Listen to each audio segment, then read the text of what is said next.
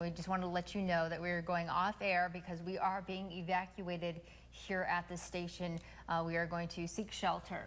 Definitely. Safety is our prime concern right now for all of you at home and, of course, for our team here. And so, speaking of teams, our team up in Eureka, they're going to be taking over for us right now at 11 o'clock and also for daybreak. So we thank them for doing that for us.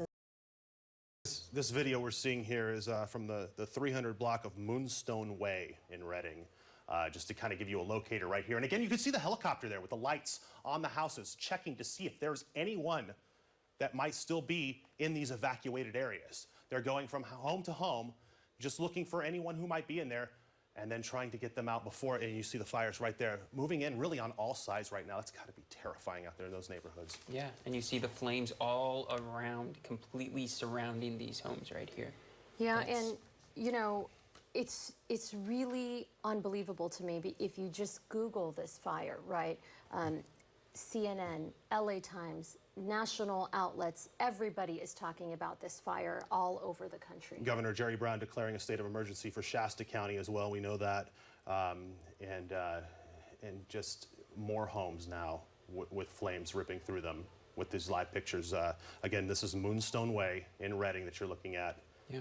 And, you know, we talked about it earlier today.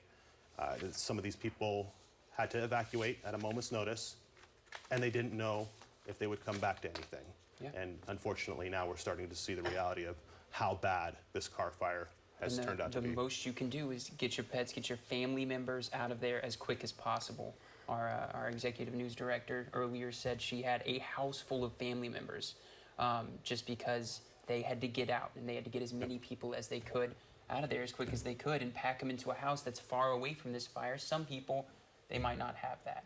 Yeah, and you know, Scott, you're familiar with weather. You're very well versed in that area. Can you talk a little bit about how these fire seasons have gone more intense? You've been reporting on these fires for many, many years. What is this like compared to what we saw last fire season, and overall in your career? You know, just watching this, look at where we are compared to last year when we saw the fires down in Napa. Okay, that was October.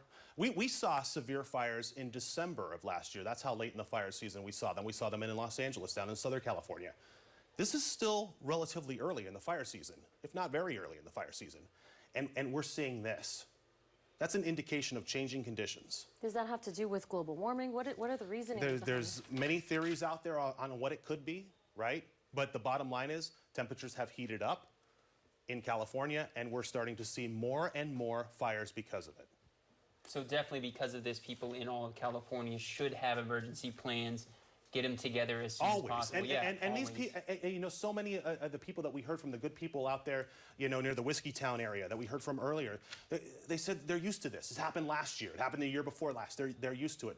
But when you see the fire grow so quickly like it did and push into the Reading area, the Valley area, that's what you really know that these things are getting bigger. They're getting bigger than they were, you know, 5 years ago.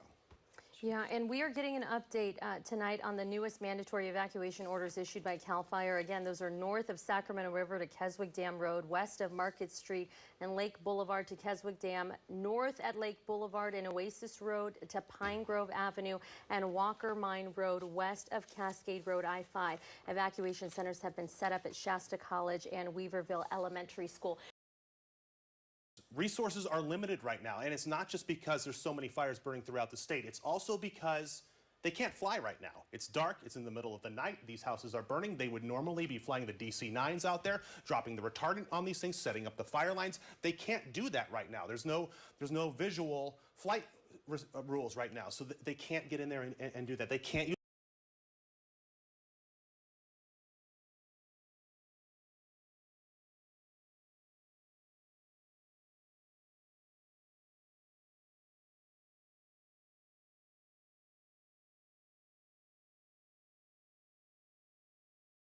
this fire is just spreading extremely quick and erratic. And again, let's talk about this because I know that many of you tonight in the Reading area, you're watching us from a shelter somewhere in Reading. You want to know, is your house okay?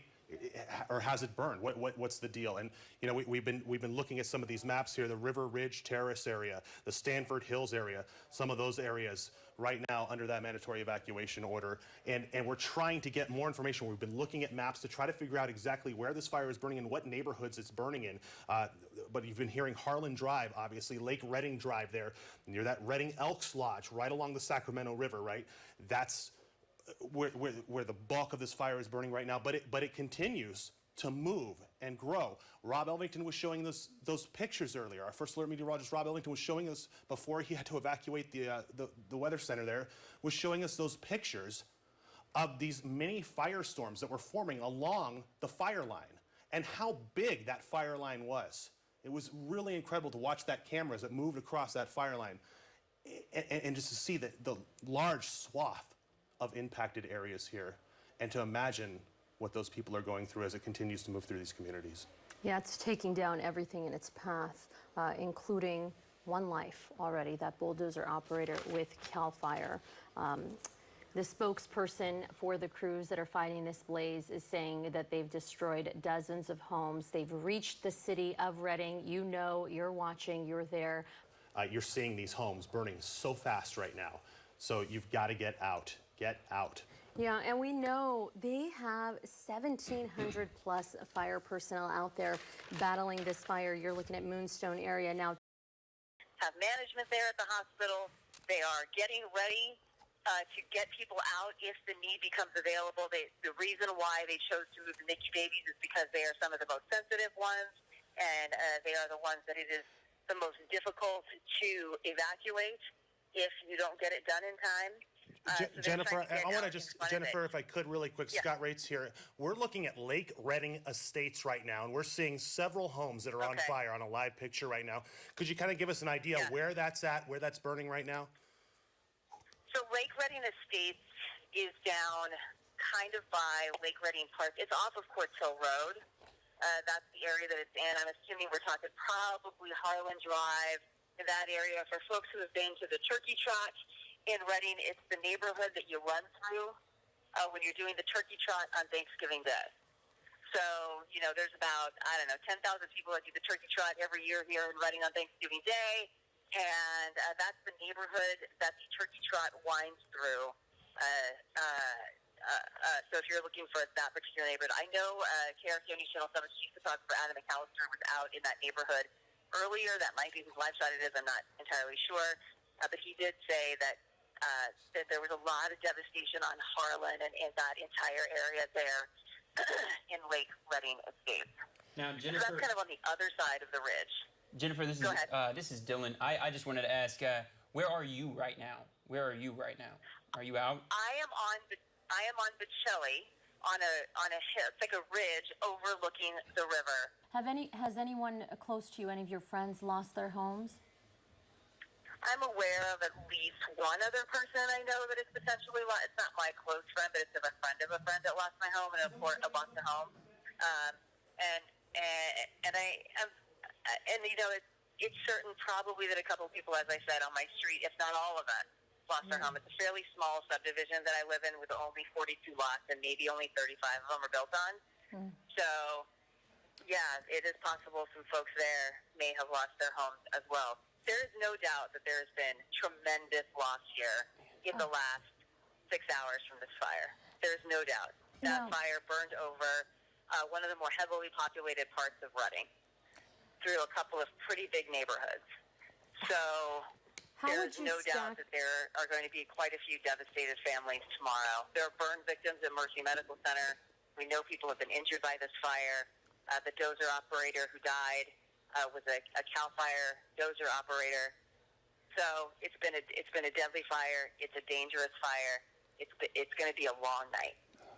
Jennifer, thank you for bringing us this coverage, and we certainly have our thoughts are with you. We are just without words for everyone in Redding and your families and friends, and our prayers and thoughts are with you as you get through this, and we'll do our best to bring our KRCR News Channel 7 viewers the latest on this car fire. Jennifer, thank you. All right, thank you guys. You guys keep it up. You're doing a terrific job, and I'm proud of all of you. Stay safe, Jennifer, okay? Stay safe, Jennifer. Thank you. Good night. Good night. Thank you. All right, we'll go ahead and go over the numbers one more time. Close to 29,000 acres in Redding, California are burning right now.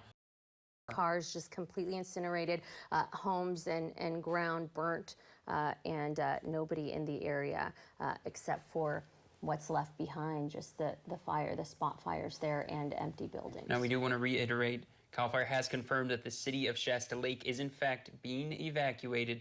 Dispatch had said that the city was not evacuated, but CAL FIRE saying that it is. CAL FIRE has also issued evacuations for the Shasta Dam Visitor Center and all of Shasta Dam Boulevard. This is information we're getting in. We have Scott Rates joining us again here with us this morning.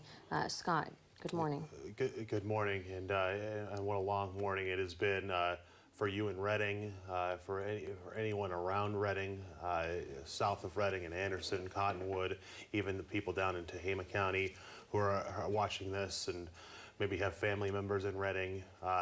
The pictures of the homes that we're seeing destroyed now, very, very tough sight. Our station there on Auditorium Drive, KRCR News Channel 7, was evacuated as a precautionary measure, and we are now in the process of getting our journalists, getting our crew back into place in that building so that we can, Kelly Somm and Chief Meteorologist Mike Kruger can get live and start bringing you information as they're learning it on the ground there in Redding. We've been broadcasting live from our Eureka studio for over 6 hours now. We came down last night at 11 o'clock in the evening when that facility was evacuated for safety precautions, and now looking at these live pictures coming out of the Redding area. Where exactly is this that we're looking? Keswick Dam Road. And this is Calder Drive. He was on Calder Drive. It's the morning after. And you know, and we're going to start seeing more and more of this now that the sun's come up, the light is out. And you're going to want to try to see if there's damage to your house, to your loved one's house, and you're going to get out there, and you have to be safe when you do this because there's going to be debris in the road, there's going to be ash in the air, smoke in the air, the power lines down, there's going to be a lot of hazards out there, and this is, it's not just during the fire, right, when people can get hurt, it's also after the fire, it's after the tragedy, as you see another home right there completely destroyed. It's really unimaginable how one home can be burned to the ground, the one standing next to it with no damage. I mean, it's just, how does that happen? Oh, it's such an eerie scene. Again, it's almost 6:30 now on this Friday morning, 6:22 to be exact. You're watching a special edition of KRCR News Channel 7 in Redding and all the cities surrounding Redding. We've been bringing you this coverage of this fire now since 11 o'clock last night here. On the coast, we've been bringing it to you, and then, of course, KRCR, our journalists, our reporters, our anchors, working very hard there also.